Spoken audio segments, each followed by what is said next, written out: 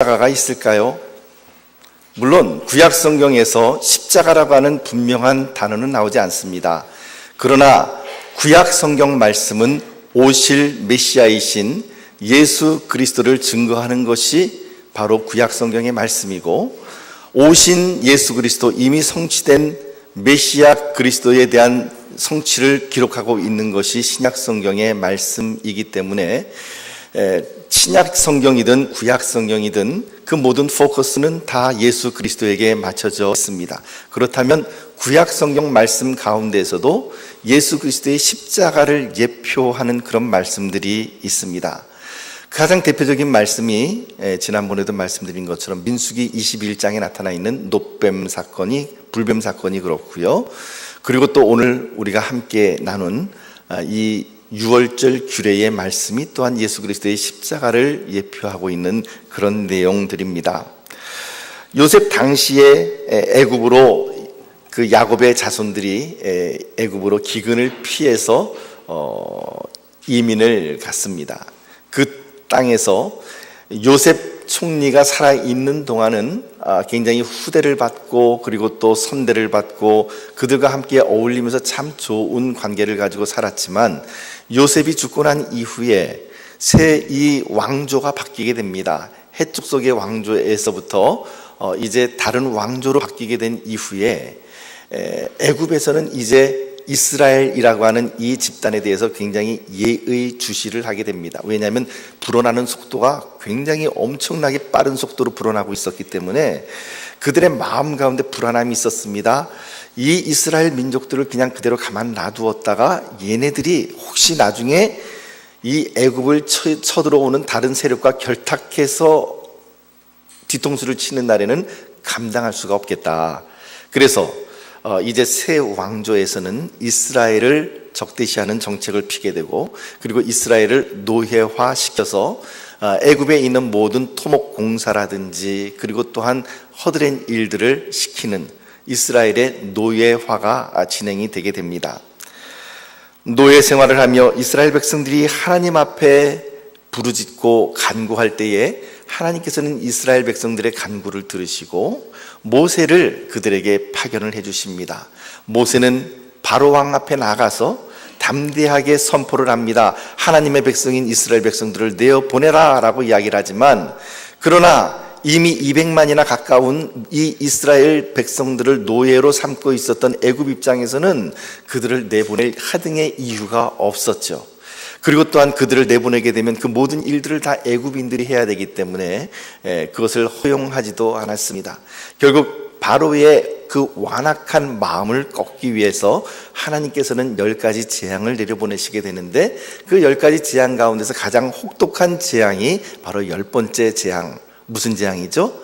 장자를 죽이는 재앙이었습니다. 애굽의 바로 왕의 왕궁에서부터, 즉 바로 왕의 뒤를 이어 애굽의 새로운 이 왕이 되어야 될 그 왕세자도 죽임을 당할 뿐만 아니라 애굽의 각 모든 가정들마다 맏아들이 다 죽임을 당합니다. 그뿐만 아니라 맏아들만 죽임당하는 것이 아니라 심지어는 가축의 첫 새끼, 가축의 첫 마지까지도, 맏배까지도 이제 다 죽임을 당하는 엄청난 일이 벌어지게 되죠. 이것을 한번 여러분들 그냥 가만히 한번 머릿속으로 한번 상상을 해보시기를 바랍니다. 그 유월절 밤을 한번 생각을 해보면, 한참 잠을 잘 자다가 벼랑간 여기저기에서 한밤중에 사람들이 곡하는 소리가 들려올 것 아니겠습니까? 근데 어떤 한 집에서만 곡을 하는 게 아니라 이 집 저 집에서 막 곡을 합니다. 그 곡하는 소리 때문에 잠에서 깨어났습니다. 잠에서 깨어났는데 내 아들도 죽어 있는 것이죠. 이런 일들이 벌어지게 되었을 때에 그 애굽 사람들이 갖고 있었던 그 공포심과 그리고 이 슬픔이라고 하는 것은 이루 말할 수가 없게 된 것이죠. 하지만 이스라엘 백성들이 살고 있는 고센 땅에는 그 죽음의 천사가 임하지를 않았습니다. 어떻게 그런 일이 가능했겠습니까? 그것을 가능하게 한 것은 바로 이 오늘 우리가 읽은 유월절 어린 양의 규례였습니다. 하나님께서는 미리 모세를 통하여 이스라엘 백성들이 공지를 합니다. 뭐라고 공지를 하냐면 그달 열흘 10일에 각 가정이 그 6월절에 잡을 어린 양을 선택해서 1년 된 수컷으로 어린 양을 선택하고 그리고 나흘 동안을 가만히 두었다가 이제 나흘 후에 그 달에 10나흘째 되는 해 질 때에 그 어린 양을 잡으면 뭐가 나오죠? 피가 나오게 되겠죠. 피를 그 각 집안의 문설주와 임방에, 즉 들어오는 입구에 그 피를 바르라라고 하는 것이었습니다. 그렇게 피가 있는 집은 죽음의 천사가 그 집을 넘어간다는 것이죠. 13절 말씀 우리 같이 읽어보도록 합니다. 13절 말씀 시작. 내가 애굽 땅을 칠 때에 그 피가 너희가 사는 집에 있어서 너희를 위하여 표적이 될지라. 내가 피를 볼 때에 너희를 넘어가리니 재앙이 너희에게 내려 멸하지 아니하리라. 자, 이 말씀을 보니까 하나님께서 무엇을 볼 때 넘어가겠다 그랬습니까?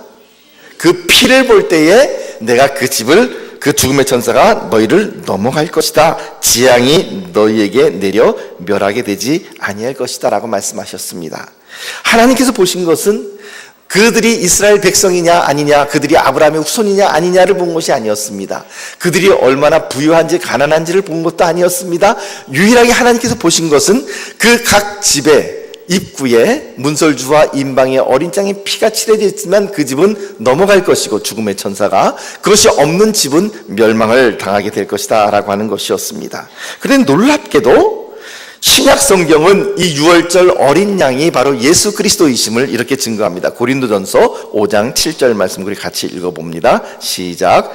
너희는 누룩 없는 자인데 새 덩어리가 되기 위하여 묵은 누룩을 내버리라. 우리의 유월절 양 곧 그리스도께서 희생되셨느니라. 자, 이 말씀 그대로 놔두시면 그리스도 앞에 그 한 문장이 붙죠. 뭐 어떤 문장입니까? 우리의 유월절 어린 양, 유월절 양 곧 그리스도라고 그렇게 표현을 하고 있는 것이죠. 달리 이야기하면 유월절 어린 양은 예수님을 예표하고 예수님을 상징하는 것인데, 그렇다면 오늘 본문에 나타나 있는 유월절 어린 양의 규례는 십자가에 못 박히실 예수 그리스도를 예고해주는 일종의 예고편이요, 그리고 십자가에 달리신 예수 그리스도는 바로 본편, 즉 그 예표가 실질적으로 실현된 실체라고 이야기를 할 수가 있겠죠.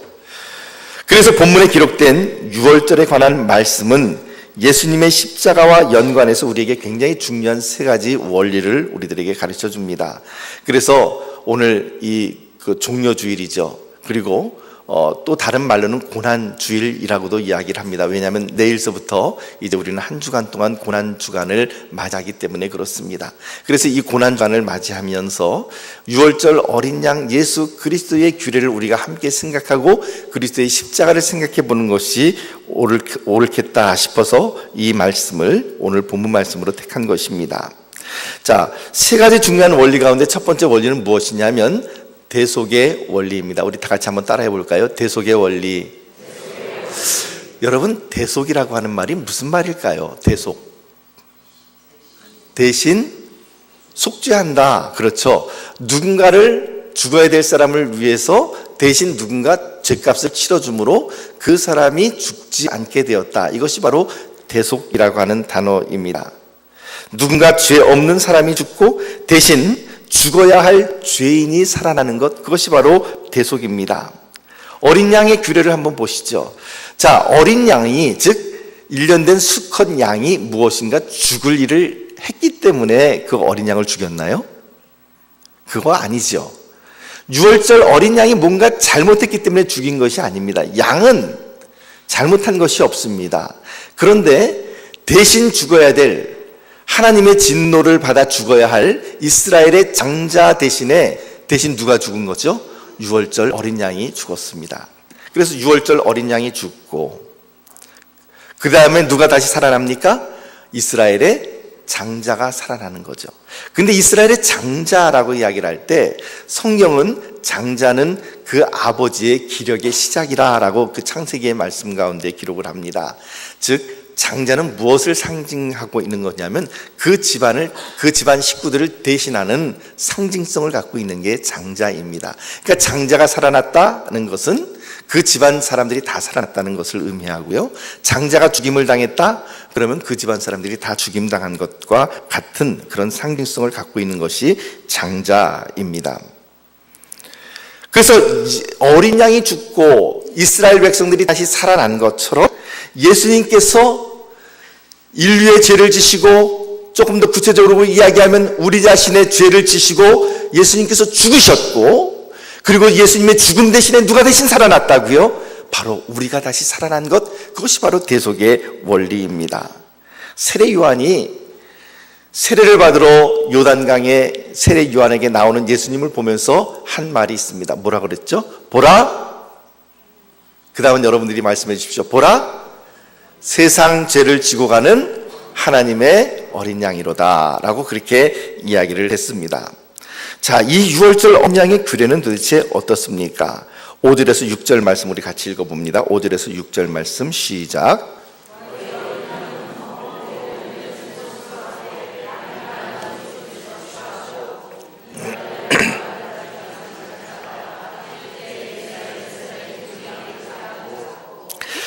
유월절 어린 양을 선택하는 날은 그 달에 10번, 그러니까 10일입니다. 3절 말씀을 보면 이달 열흘에 너희 각자가 어린 양을 취할지니 이렇게 기록을 합니다. 그러니까는 10일이 되면 어린 양을 택하는데 어린 양은 1년 된 수컷이어야만 했습니다. 그러니까 가장 품질이 좋고 그리고 또 가장 좋은 상태의 양을 고르라고 하는 것이죠.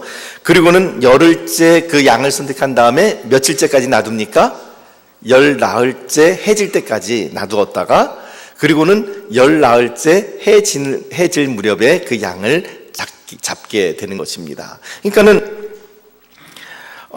이 나흘간의 시간에 갭이 있게 되는데 그 나흘 동안 과연 그 어린 양이 정말로 죽임당하기에 합당한 흠이 없는 양인가를 잘 살펴보라고 하는 아마 그런 의미가 있겠죠.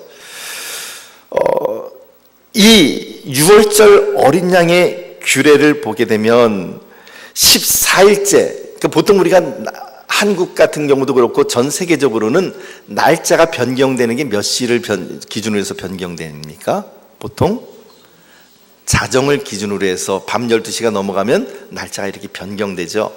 근데 이스라엘은 밤 12시가 아니라 해질 때에 날짜 변경선이 있습니다. 그래서 해가 지기 전까지는 바로 오늘이었다가 해가 떨어지면 내일로 이렇게 변경이 되는 것이죠.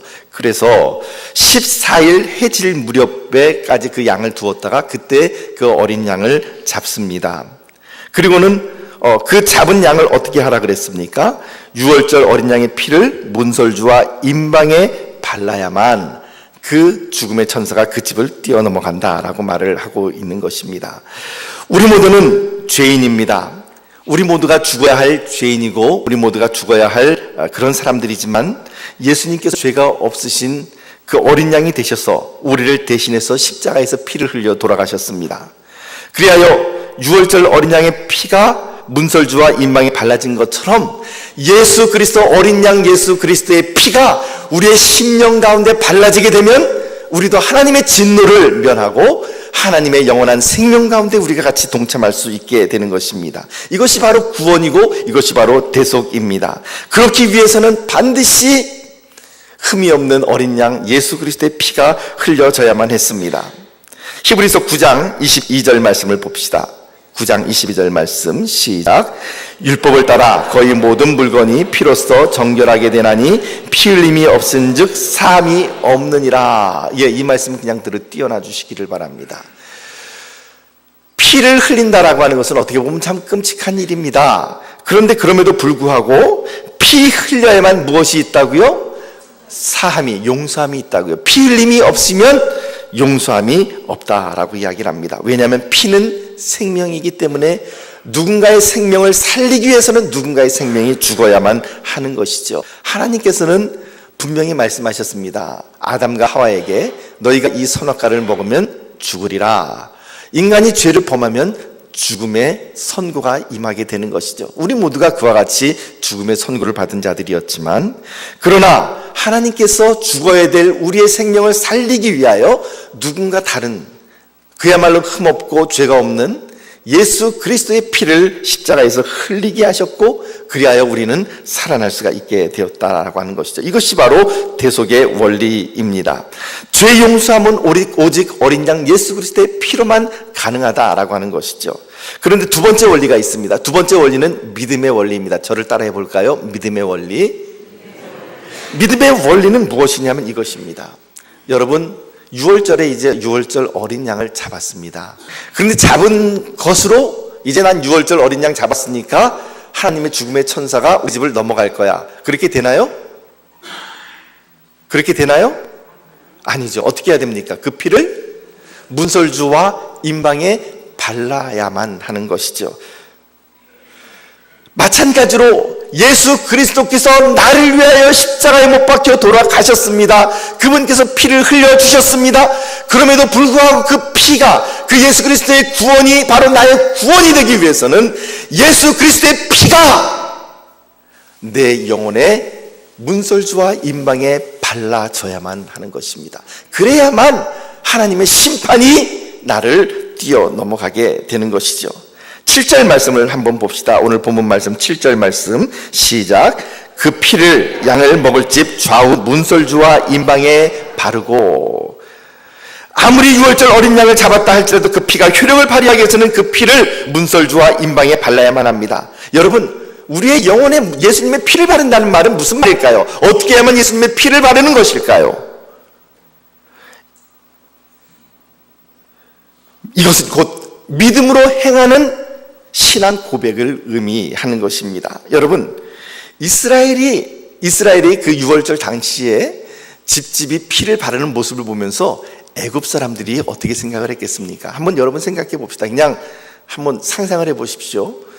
우리 아파트에 이렇게 살고 있는 사람이 있는데, 지금 보니까는 아파트에 살고 있는 사람들이 막 그 피를 아파트 문설주와 임방에 막 이렇게 바릅니다. 그거 상쾌한 일이겠습니까? 상쾌하지 않죠. 결코 상쾌하지 않습니다. 보는 순간 혐오스러울 수도 있을 것이고, 보는 순간 이 피비린내와 그리고 또 이 막 피를 이렇게 칠을 해놓으면 얼마나 보기 흉하겠습니까? 막 항의를 할 수도 있겠죠. 혹은 그 피를 바르는 이스라엘 백성들을 보면서 아마 애굽 사람들이 그랬을 거예요. 마음속으로 쟤들도 왜 저럴까? 쟤네들이 노예 생활하면서 고생을 많이 하더니 좀 머리가 좀 이상하게 됐나 보다, 이렇게 생각을 할 수도 있겠고요. 혹은 그들 가운데 어떤 사람들은 물어봤을 거예요. 아니, 왜 이렇게 불쾌하게 피를 문설주와 임방에 바릅니까? 라고 질문했을 때에 아마 이스라엘 백성들 가운데 누군가는 그렇게 답변을 해줬겠죠. 이 피를 바르면 죽음의 천사가 우리를 넘어갑니다. 근데 그 말을 들은 이스라엘 백성들이, 애굽 사람들이 그 말을 납득할 수 있었을까요? 납득하지 못했을 거예요.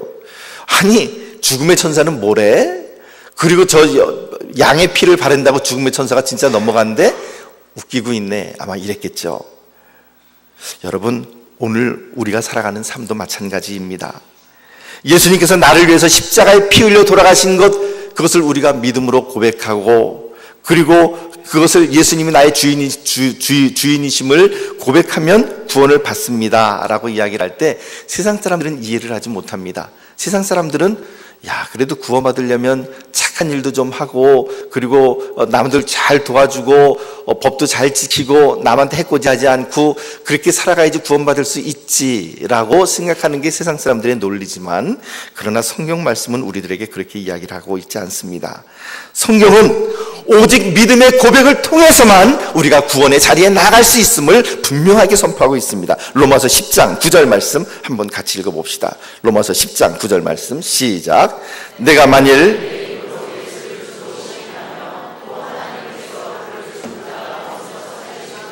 내 마음에 믿으면 구원을 받으리라. 여러분, 내가 만일 내 입으로 예수를 주로 시인하며 하나님께서 죽은 자 가운데 살리신 것을 내 마음에 믿으면 어떻게 된다고요? 구원을 받으리라. 그러니까 우리 심령에, 우리의 영혼에 예수님의 보혈을 바른다라고 하는 것은 곧 어떤 것을 의미하느냐 하면 바로 이거예요. 우리의 입으로 예수님이 나의 주인이심을, 나의 주님이심을 고백하는 것입니다. 그것을 마음으로 믿는 것입니다. 그리고 예수 그리스도께서 다시 하나님께서 예수님을 부활시켜주셨다라고 하는 사실을 우리가 입으로 고백하고 마음으로 믿는 것, 그것이 바로 우리의 심령 가운데에 예수님의 피를 바르는 것이다라고 하는 것이죠. 그것입니다. 그러니까는 무엇인가 선한 일을 하는 것이 아니라 성경은 분명히 이야기합니다. 너의 입으로 예수를 주로 시인하고 그리고 예수님께서 부활하신 것을 내 마음에 믿으면 구원을 받으리라. 여러분에게 질문합니다. 여러분은 예수님께서 의로우신 하나님의 아들이시오 그리고 죄가 없으신 분이신 것을 믿으십니까? 예수님이 십자가에 피 흘려 죽으신 것이 바로 여러분 자신의 죄를 위하여, 나의 자신의 죄를 위하여 돌아가신 것이라는 것을 믿으십니까? 좀 더 이럴 때는 크게 아멘 하시기를 바랍니다. 예수님께서 부활하심으로 여러분들의 생명이 사망에서 영생으로 옮기신 것을 믿으십니까? 예, 그렇습니다. 이런 질문에 대하여 아멘으로 예라고 대답할 수 있다면 바로 그 사람의 심령 가운데에 예수 그리스도의 보혈을 바른 것이라고 우리가 인정을 하는 것이죠. 성경이 그런 것입니다. 그래서 여러분, 예수님께서 십자가에 못 박혀 돌아가신 것으로 충분한 것이 아니라 그것이 우리의 삶에 적용되기 위해서는 어떻게 해요? 그 피를 발라야 되는 것처럼 우리가 예수 그리스도를 구주로 고백해야 되고 우리가 예수 그리스도께서 다시 부활하신 것을 신해야 되고 믿어야만 하는 것입니다. 그것이 바로 믿음의 원리인 것이에요. 첫 번째 원리는 뭐라고요? 대속의 원리. 어린 양 예수 그리스도께서 나를 대신하여 죽으셨다. 두 번째 뭐라고요? 믿음의 원리. 이것은 이제 내가 그 예수 그리스도를 나의 구주로 고백하고 그리고 예수님의 부활을 입으로 고백하고 그렇게 그 믿음의 자리로 나가는 것, 그래야만 예수님의 피가 나에게 효력을 발휘한다는 것. 이제 세 번째 원리가 있습니다. 새로운 삶의 원리입니다. 같이 따라해서 볼까요? 새로운 삶의 원리. 이것은 무슨 말이냐면 구원받은 후에는 그 이전과는 전혀 다른 삶을 살아가야 한다는 것이에요. 여러분, 이것이 거꾸로 진행되면 안 됩니다. 무슨 말이냐면 구원받기 위해서는 거룩한 삶을 살아야 합니다가 아니고요, 구원받은 이후에 우리의 삶이 그 구원의 결과 우리의 삶이 거룩한 삶으로 변화되어야 되는 것이지 구원의 전제 조건을 우리가 거룩한 삶을 살아야 된다는 것이 결코 아니라는 것이죠. 2절 말씀 우리 같이 읽어봅시다. 2절 본문 2절 말씀 시작. 이 달을 너희에게 달의 시작 곧 해의 첫 달이 되게 하고. 이 달은 어떤 달일까요? 이 달은 나의 달, 저 달은 너의 달입니까? 이 달이 어떤 달일까요? 이 달은 그렇습니다. 이 달은 바로 6월절이 있는 달. 그 6월절이 있는 달을 뭐라고 그랬습니까? 하나님께서 해의 첫 달이 되게 하라. 달리 이야기하면 우리식으로 하면 신년 정월이 되게 하라, 이런 말입니다. 정월이 이제부터 너희가 6월절이 있는 그 달이 너희의 정월이 돼야 된다라고 하는 것입니다. 그 당시에 달력이 없었습니까? 그 당시에 원력이 없었을까요? 아니에요. 이스라엘 백성들은 애굽의 달력을 쓰고 있었습니다. 애굽의 원력이 있었겠죠. 그들의 원력이 있었지만 그러나 하나님께서 이제 새롭게 제정을 해줍니다. 이제는 6월절에 있는 이 달이 너희에게 정월 초하루가 되어야 된다라고 하는 것이죠. 사랑하는 성도 여러분, 출애굽하는 그 달을 정월달로 삼는다는 말의 의미는 어떤 의미이겠습니까? 틀려도 좋으니까 누가 한번 대답해 주시겠습니까? 그 달이 시작점이 돼야 된다. 예, 맞죠? 근데 그것이 의미하는 말은 무엇일까요? 시작점이 된다는 말의 의미는 지금까지는 너희의 기준점이 있었다는 거예요. 다 너희는 너희의 뭔가 기준점이 있었지만 이제부터 너희의 삶의 이 출애굽 이후부터 6월절 이후부터는 너희의 삶의 기준이 무엇이 되어야 된다고요? 6월절이 되어야 된다라고 하는 것을 우리들에게 이야기를 하는 것입니다. 출애굽하던 그 달을 한 해의 출발점으로 삼으라고 하는 것이죠. 출애굽한 그 달을 유대력으로는 뭐라 그러냐면 아빕월이라고 그럽니다. 아빕월. 근데 아빕이라고 하는 말이 그 지명에 들어가 있는 도시가 하나 있습니다. 이스라엘의 텔아빕, 텔아비브라고 하는, 우리가 텔아비브 그러는데 텔아빕. 텔이라고 하는 말은 언덕을 의미합니다. 작은 동산이나 산을 의미하죠. 그 다음에 아빕이라고 하는 말은 봄을 의미합니다. 그러니까는 텔아비브라고 하는 도시는 굉장히 로맨틱한 이름을 갖고 있죠. 봄의 언덕, 봄의 언덕이 이제 텔아비브라고 하는 말의 그 도시의 이름입니다. 여러분, 그러니까 아빕월이라고 하는 말은 무슨 달이라고요? 잘 말씀해 주셨습니다. 봄달, 봄달. 그야말로 봄이 오는 달. 바로 양력으로 3월에서 4월, 지금에 해당되는 바로 그 시기가 아빕월이 되는 것이죠. 이것이 도대체 정월로, 이 아빕월을 정월로 삼는다는 것이 왜 중요합니까?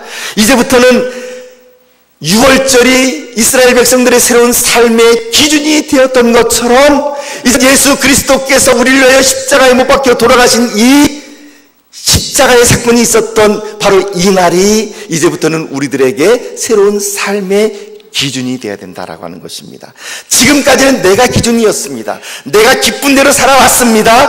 내가 좋은 대로 행해왔습니다. 내가 가고 싶은 대로 갔습니다. 내가 멈추고 싶으면 멈췄습니다. 내가 기준이 되었습니다. 그런데 이제 이 달을 너희의 삶의 정월로 삼으라라고 하는 말의 의미는 이제부터 너희의 삶의 기준은 너희가 아니라 뭐라고요? 예수 그리스도, 예수 그리스도의 십자가 사건, 그것이 바로 너희의 삶의 기준이 되어야 된다라고 하는 것입니다.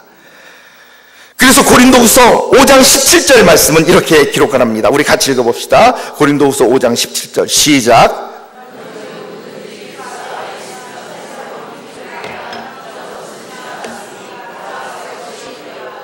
누구든지 그리스도 안에 있으면 뭐라고요? 새로운 피조물이라고요. 전혀 다른 피조물이랍니다. 여러분, 예수 믿기 전이나 예수 믿은 후나 뭐 얼굴에 보톡스 맞은 것처럼 막 더 젊어지거나 그런 게 아니에요. 예수 믿기 전이나 예수 믿은 후나 얼굴이 벼랑간 못생긴 사람이 훈남 훈녀가 되는 것이 아니에요. 똑같지만 그러나 하나님께서 보실 때는 전혀 새로운 피조물이래요. 이 말의 의미는 무엇입니까? 하나님께서 보실 때에 예수 그리스도를, 그 십자가의 보혈을 그 10년 가운데 바른 사람은 이제부터 전혀 새로운 피조물이고 전혀 새로운 관점에서 하나님을 향하여 살아가는 하나님의 백성이 된다라고 하는 것이죠.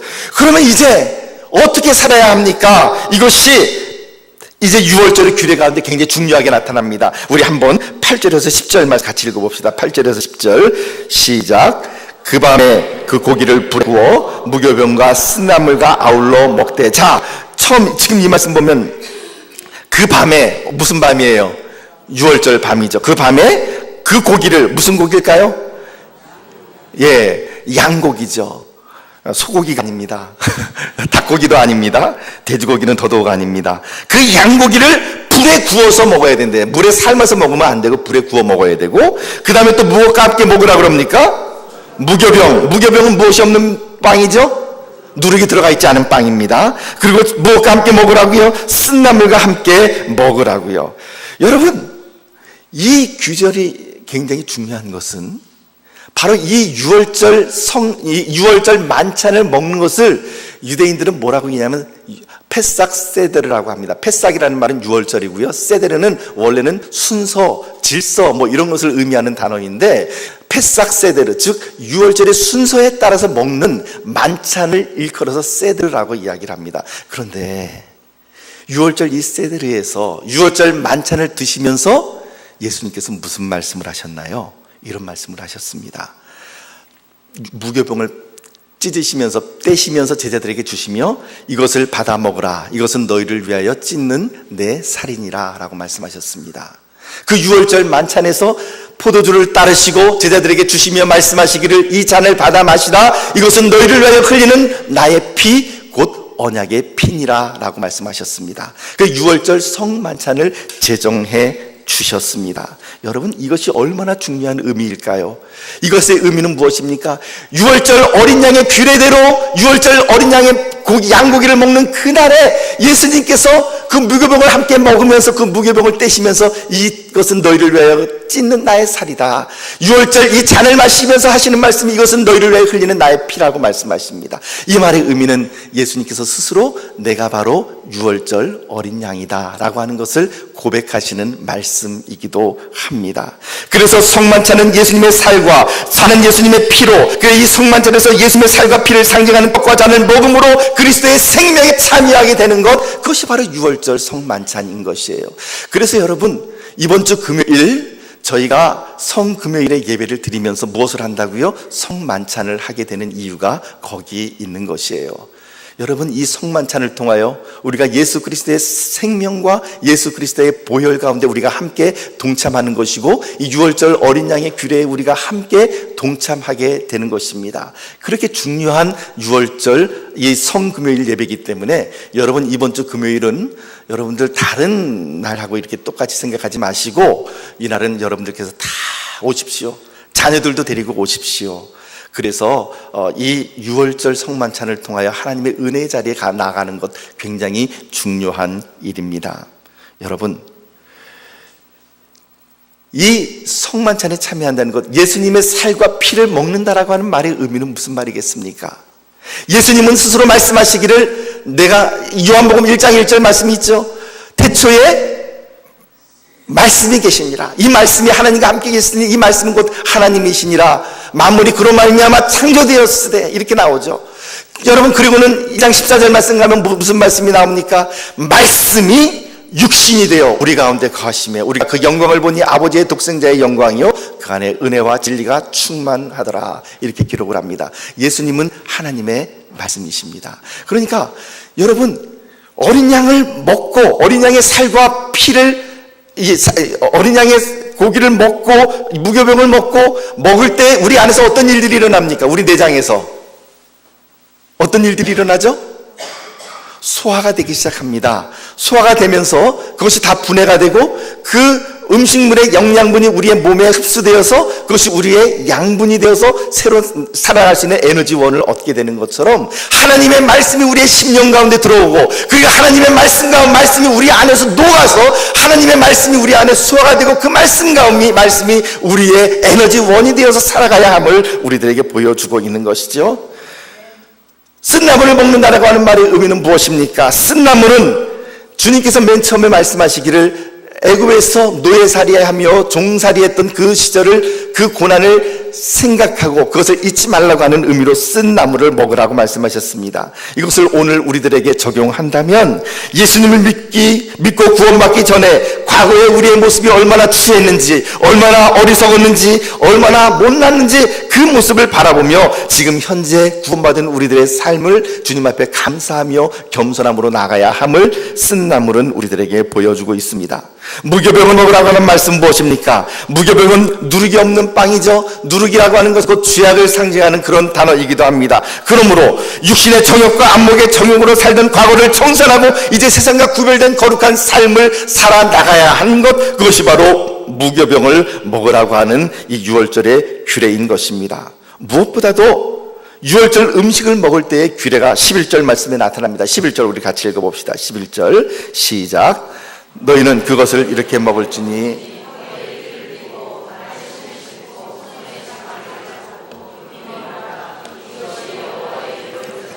유월절 양을 먹는, 유월절 그 만찬을 먹는 그 가장 중요한 규례 가운데 하나는 무엇입니까?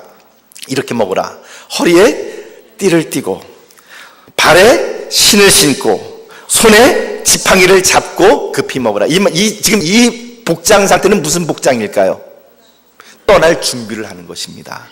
언제라도 하나님께서 명령하시면 그 출애굽, 그 애굽에 노예되고 종 살았던 그 자리에서 즉시 떠나야 한다 하는 것을 의미하는 것이 바로 그 복장인 것이죠. 군대에도 보면은요, 5분 대기조라는 것이 있습니다. 5분 대기조는 어떤 상황이든지 어떤 비상 상황에서든지 5분 안에 완전 군장해서 어딘가에 출동할 수 있는 체비를 딱 갖추고 나와야지만 5분 대기조입니다. 그래서 5분 대기조들은 주로 보면은 5분 대기조에 이렇게 차출되어 있는 병사들은 잠잘 때도 이렇게 전투복을 입고 잡니다. 군화도 신고 자죠. 왜냐하면 비상벨이 울렸는데 옷 입고 군함매고 막 그러면은 시간 가잖아요.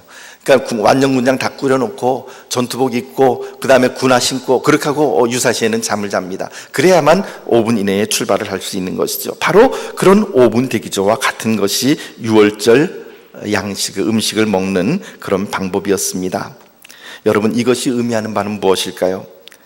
우리도 역시 마찬가지입니다. 우리가 예수 그리스도를 믿고 일단 하나님의 자녀가 되면 그 다음에 하나님으로부터 우리에게 어떤 명령이 내려오면 어떻게 해요? 즉각적으로 반응을 해야 되는 거예요. 하나님의 말씀이 우리들에게 무엇인가를 명령하고 있는데 그 말씀에 대해 즉각적으로 반응하지 않고 미적미적거리고 있다면 바로 이런 삶이 아닌 것이죠. 허리에 띠를 띠고 발에 신을 신고 손에 지팡이를 잡고 급히 먹는 것이 아니에요. 또 언제든지 주님께서 우리를 부르시면 우리는 그 주님의 부르심에 응답해서 나아가야만 하는 것이에요. 이 땅에서 우리는 영원히 살 사람들이 아니라 우리는 이 땅에서 나그네 된 삶을 살아가는 사람들입니다. 여러분, 허리에 띠를 띠고 발에 신을 신고 손에 지팡이를 잡고 먹는 삶은 무슨 삶입니까? 이것은 천년만년 거기서 눌러 살 사람의 모습이 아니라 말씀만 떨어지면 언제든지 그 자리를 떠날 준비라는 나그네의 삶을 살아가는 것이죠. 베드로전서 2장 11절 말씀은 우리들에게 이렇게 이야기를 합니다. 함께 읽어봅니다. 시작. 사랑하는 자들아, 거류민과 나그네 같은 너희를 권하노니 영혼을 거슬러 싸우는 육체의 정욕을 제어하라. 우리를 일컬어서 뭐라고 말씀하시냐면 거류민과 나그네 같은 너희들이다 라고 이야기를 합니다. 요즘 들어서 제가 왜 그러는지 모르겠습니다. 제 안에 드는 생각이 있어요. 무슨 생각이냐면 내가 이렇게 살다가 이제 하나님께서 나를 부르시게 되면 내가 하나님 앞에 정말 자신 있게 정말 잘 살았습니다라고 고백할 수 있을까 생각해 보면은 요즘 들어서는 제가 제 자신이 스스로 반성을 합니다. 이렇게 살아서는 안 되겠다라고 하는 그런 생각을 합니다. 여러분, 우리는 언젠가는 주님께서 부르시면 가야 할 사람들입니다. 언제든지 주님 부르시면 가야 할 준비를 하며 살아가야 하는 삶, 그것이 바로 유월절 어린 양의 음식을 먹는 자들의 삶이라고 하는 것이죠.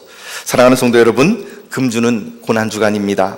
유월절 어린 양인 예수님의 십자가의 은혜를 묵상하시며 다시 한번 그 어린 양의 피를 여러분들의 심령 가운데 발라져 있는지 확인할 수 있게 되기를 바랍니다. 예수님을 분명히 나는 주님으로 고백하고 있는가? 예수님의 부활을 분명히 믿고 나도 그 부활 가운데 다시 부활할 것임을 내가 믿는가? 나에게 영원한 영생이 있음을 나는 분명히 믿는가? 다시 한번 확인해 봅시다.